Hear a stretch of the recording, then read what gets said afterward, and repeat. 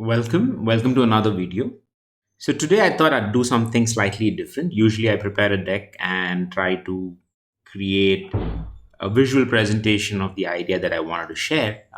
But today I wanted to kind of get into something which is a little bit ad hoc in extempore, something that I haven't prepared. But just to show you, nevertheless, you can still learn a lot from the resources that's available. Okay, so by this time you should be like completely aware that if you want to work on your chess, tactics and puzzles is going to be a very key idea.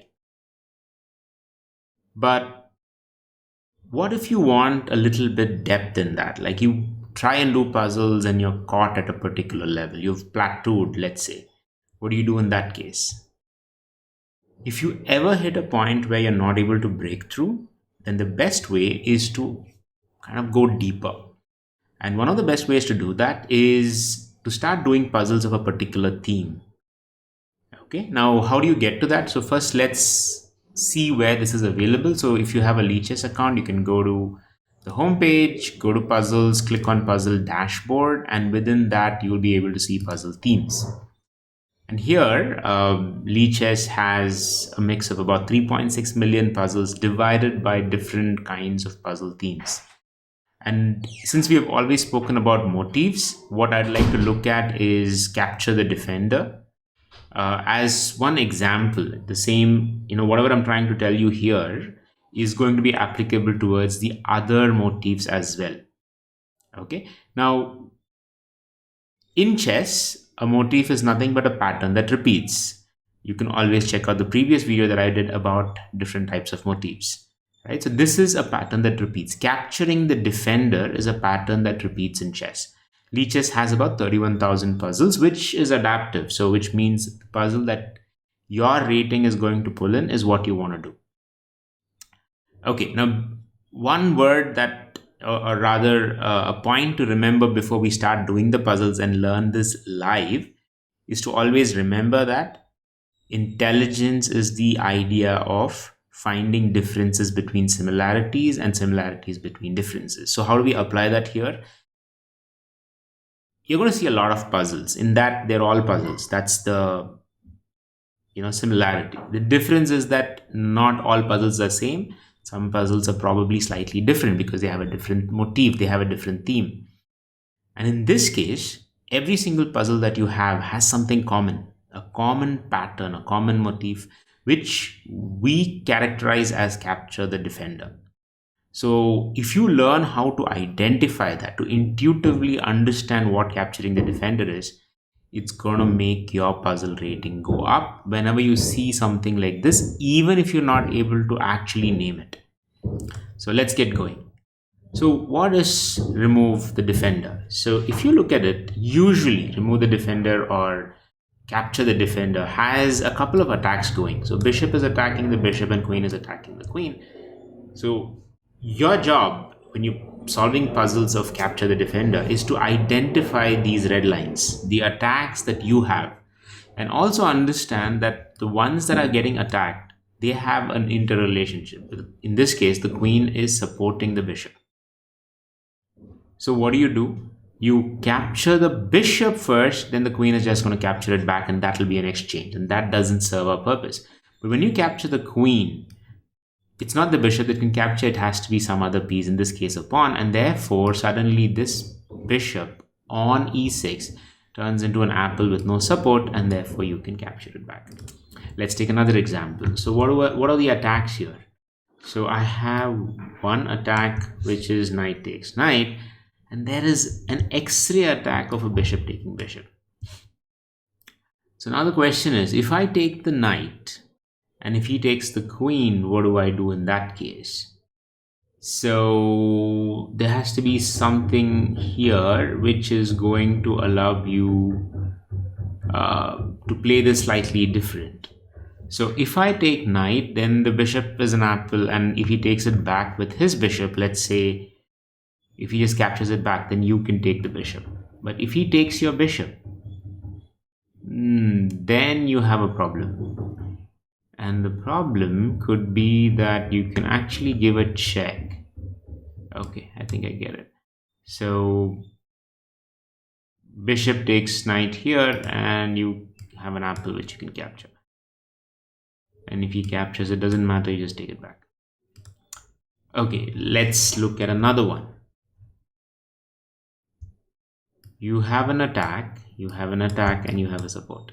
What do? Take this up and remove the defender and keep going. Let's take another one. What's your attack here? This is my attack.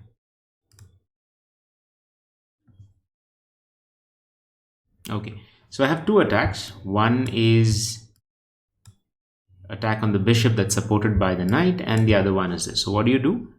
Remove the defender. And when he takes it back, you have a bishop for free. So I hope you're able to observe the pattern, and solving these puzzles, a lot of this is going to help you get to the point where these moves become very intuitive, and which is your goal at every level. Okay, so you have a support, you have an x-ray attack, and you have a direct attack. So what do? You capture this, let him take that, and then you capture it back. Now, it's not an exact advantage because a bishop and a knight for a rook sometimes can be equal, but nevertheless, you get the idea. Okay. So you have one attack, and you know that there's a defense here, but you also have this attack going for you. Sorry, the knight attacking the pawn. So maybe this is about capturing the pawn and then capturing this one, and therefore getting you a huge advantage in terms of number of pawns. Let's take another one. Now I think it should be very obvious by this time. You have an attack, you have two attacks, and you have a defender. So what do? You observe the attacks in tandem. You see that, hey, both knight and bishop are attacking and being attacked. So you take the defender out, and it so happens that it's a fork, so he takes it back, and then you take the knight for free. So you have an attacker, and you have a defender. So what do? Capture the defender and take the free piece. Okay, so where is your attacker here? This is your attacker. Rook is attacking pawn, and it so happens that the other attack, which is not direct, is this, where you can actually pin him, but that kind of becomes an exchange unless, so let's see if this works. I have pinned him, and I think I'll get it, but I think I get a lot of pawns, plus I can actually increase further attacks of the rook and the queen. It'll be pretty hard for black to defend it, and thereby I might get a free piece. Okay, so we did about 10 puzzles so far, and I think you get the pattern, right? So when you do a lot of puzzles, you develop an intuition towards a type of puzzle, a type of motif. What you want to be able to do is become a general puzzle solver, but sometimes that becomes a little hard to achieve in the first go. So in that case, you can actually start doing puzzles by themes, and solving the themes helps you become more fluid intelligent, because you're always looking for what's common between two subsequent puzzles, right? Like you see the same kind of puzzle, there is something common. And in this case, the example that we took, the puzzle is capture the defender. But the same is applicable irrespective of which motif or theme that you're trying to solve. There are commonalities across these positions. Like in this case, it was two attackers, two attacks, and one defense. Being able to identify that pattern is what helps you really get to solve the puzzle. And when you do enough number of puzzles, when you keep doing this abhyas, the practice again and again, the sadhana of solving puzzles, you will start developing your intuition around the game, and your moves will become more intuitive, and calculation will only help you reinforce those moves the way you saw it happen. And just giving you an idea of what you want to do is to build the skill so that you can actually solve puzzles without the preparation needed to do it, because your brain has been transformed into identifying these patterns. I hope this was helpful, and I wish you all a great holiday and a very happy new year. And I hope you will continue to watch these videos and improve your chess. To do so, please subscribe, like this video, click on the bell icon, do the needful so that YouTube algorithms are happy. And I will see you in the new year. Bye bye.